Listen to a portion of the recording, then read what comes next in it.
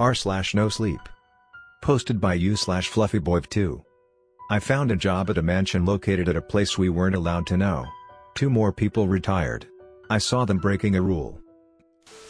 Listen, I'm not the type of person who believes in the supernatural or ghosts. But when I realize I broke Rule 7, I'm kind of freaking out. I was woken up by the sound of my alarm coming from my phone. I sat up and turned the alarm off. I went over to the closet to change into my uniform and noticed the rules paper on the table. I read it again to make sure I remembered all of it. I freaked out for a bit because the night previous, I used my phone to set an alarm clock which tells me when it was midnight. The rule said not to use our electronic devices after 10 p.m. I calmed myself down and then went to the bathroom to brush my teeth. Ring. It was the bell sound, the same sound I heard last night. I walked outside and saw the butler at the end of the hallway saying, "From now on, I'll be waking you up so that you all won't be waking up late. Now, get to work and..." He stopped, looking at me. "Check if you have your matchbox with you." He then walked off away. I checked the schedule which I took a photo of with my phone. My first task was to clean the master bedroom. I went into the storage and grabbed some cleaning tools, then head upstairs where the master bedroom was located. The owners must be at the dining room at a then, so I opened the door and headed inside. The bedroom was huge. I spent quite a while looking around before actually started to clean the room. It took me up to an hour and a half to finish cleaning the whole room. During that time, while swiping some dust off of a bookshelf, I found a weird note. On it was a list of names, including my name and Josh's. The list of names was being surrounded with a red circle. Josh's name was crossed out with the number 10 to it. Suddenly. Giggle. It was the sound of a woman's giggle. At the time, I didn't care where the sound was coming from, but I was just scared that I was being seen. So I snuck the note back to where it was and walked out of the room with the cleaning tools in my hands. After I put them all away in the storage, I walked out and heard someone yelling, "Fuck you." It came from the living room. I stood by a door and listened carefully. "I told you, he retired, so you can't call him as long as he is outside and you're still here. Then why the fuck won't you let me retire? You're so consistent with it, you can't just leave because you wanted to." That's when another voice joined the heated argument. "Terry, let me do this. Listen to me, you old shitbag, we don't want to work here anymore. If you don't let us go, we will wreck this whole shit-ass place." For a while, it was just silence. "Fine, I'll let you all go. Now, pack your bag. You all will be leaving tonight." Then there was the sound of 2 people walking away angrily. Terry, one of the servants. I didn't know who the other person was. But whoever that was, they both broke Rule 2. I checked my schedule again and I was assigned to the maze cleaning task. Maze cleaning? I'd get lost in it. I wandered around the house and found the butler in the servants' rooms checking for dust. I asked him what happened if I'd get lost in the maze. He turned to me and said, "There is a GPS in the storage, it has a map of the whole place and will be able to track where you are. Also, just clean the leaves falling on the ground, nothing else is needed." I turned around and walked outside, just as I was about to reach the door. "Oh, and the butler said, there is a rule I forgot to tell all of you about. When going into the maze, don't walk down into the trapdoor if you ever see one. There will also be some modifications to the rules you all saw on the paper. Rule 7 will be erased and the new Rule 7 will be the rule I just told you. I'll tell everyone else tonight." I nodded, then went into the storage. I looked around and it took me a while to find the GPS, because an axe was blocking it. I grabbed the thing, then went into the maze. It was huge. While I was cleaning the maze, I heard some whisper. "Yes, to Terry and Martin." It was coming from underground. I tried to find the source and it was coming from under a trapdoor. The trapdoor was hidden from inside a leaves wall. I ignored it, then finished my job. My back was cold during the whole thing. I lied on my bed, checking my phone. I made sure to close my curtains. I called my parents and talked with them for a while. I texted some of my friends, and when they asked for my location, I pinpointed the location and sent them it. But the result was just a red arrow surrounding by darkness. My heart dropped as I realized that if there is something happened to me, I can't let anyone know my location.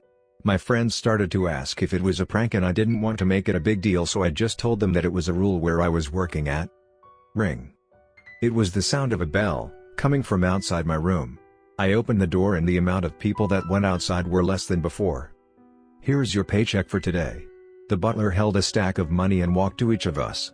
There is also one thing I wanted to say. The rules have been updated. Check the notes in your room to know what changed." The butler was standing at the end of the hall with his back turned at us. Then, he continued, "Today, Terry and Martin have been forced to retire due to them breaking a rule. Remember, rules are very important. Don't be like Terry, Martin, and Joshua just because you are friends with other people and they are gone. You don't have to retire with them too." One of the servants, who I assumed to be someone from the trio just mentioned by the butler, was a little shocked, and when he was about to fall down, he used his hand to grab onto the door and then accidentally cut his hand. The butler saw it but didn't say anything. "Anyway, go to sleep now. You all need energy to work tomorrow."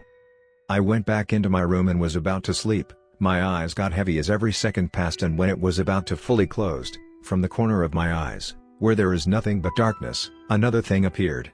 A pair of eyes moving, looking at me. At that point, my brain was not working anymore and I closed my eyes to go to sleep. I still use my phone as an alarm since the old Rule 7 wasn't a thing anymore, and because it takes a long time for me to prepare everything in the morning compared to other people. I mean, while I was brushing my teeth, the bell was already ringing, which meant a new day was about to start. I opened the closet and changed into a uniform. There are quite many of them inside, and they all fit me perfectly. I went outside of my room and met a servant with some blood on his hand, a small scratch. It was the person who accidentally cut his hand the previous night. I walked up to him and told him to stay where he was. I ran back inside my room and grabbed my suitcase.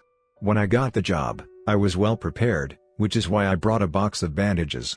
After moving everything else that was on top of the suitcase, I found it under the bottom layer. I held it in my hand and rushed back to where the guy was standing and bandaged the small cut. It wasn't bleeding, but a small force could make it too. As I was wrapping the bandage around him, I asked, "You, Carter, call me Carter. Carter, why did you look so frightening when we were told about the retirement of those two people? Are you guys friends?" He looks away for a while and then responds, "We are, and Josh was also a friend of ours too. We met each other in school, and when it was summer, we decided to work at the same place. And we got here. But..." He stopped for a while. "But? They retired." He looks kind of pale. I was wondering why would his friends retiring made him so scared. Is there something wrong with that? I called their family and they all said they don't have a son. I dozed off for a second. What do you mean? Did you check which number you called to? I did, but all of them had the same answer. We don't have a son. Then, a man appeared next to us. What are you two doing? You all need to get to work. It was the butler. I finished bandaging Carter's hand and said goodbye to him.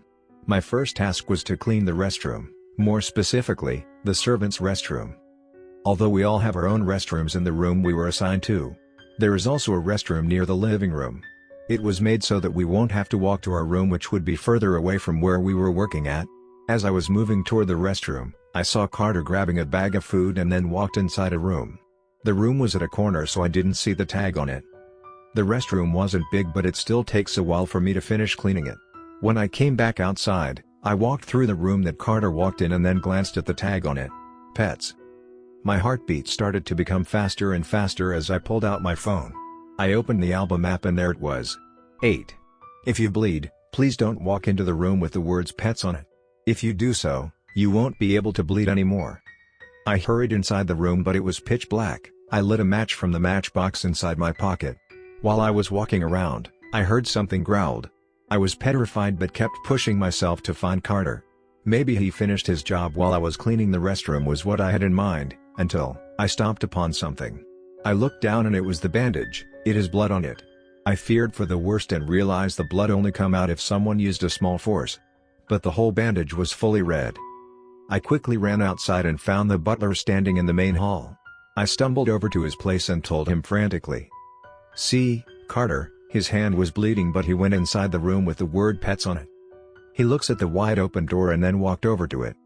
"Go back to doing your job," he said. But then when he came back out, I was still standing still, my legs weren't even able to move. He walked out with a paper in his hand. It was the same type of paper I found in the master bedroom. I wasn't able to see what was written in there.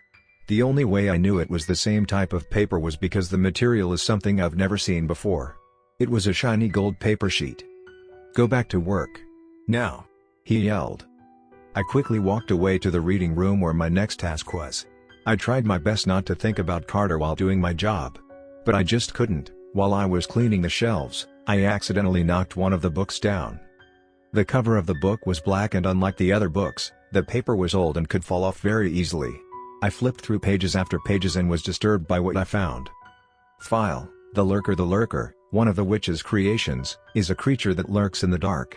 When it's present in a room, the lights will go out. If there is a person in the room at the time, they will be taken away. However, there is a way to escape it.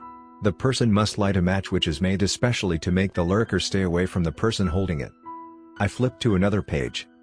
File: The Observer. The witch's creation, the observer doesn't have a physical body, it is just a pair of eyes. The observer, like the lurker, also stays in dark places. If someone makes eye contact with it for too long, their eyes will be taken away. To avoid this, that person must close their eyes or look the other way. I flipped through pages after pages, and there were the visitors, the body taker, the heat, the blood craver.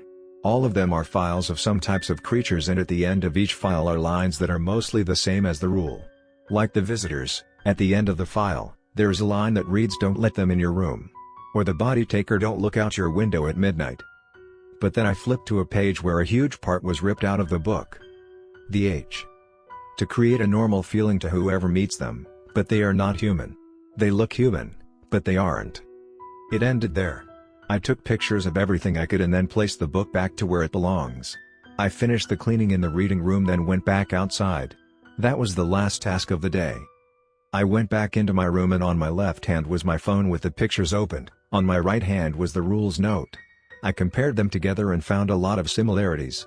The day went by as usual. I ate, took a shower, and went back to my room. I kept on thinking about the book and Carter. Ring.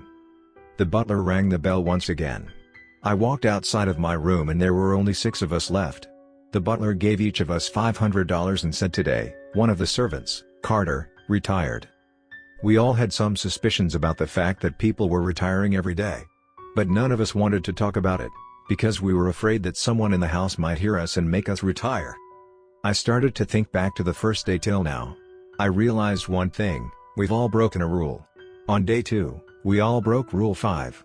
Rule 5 stated that we mustn't leave our rooms at midnight. But on that second night, the butler called us outside at midnight. We all did, and nothing happened to us. I started to think about it and eventually fell asleep. I was woken up in the middle of the night by a knock. It was coming from the next room. I had very little cognition at the time, so I didn't realize what was going on. All I could remember was, the last thing I heard before I fell asleep again was someone opening the door of the next room.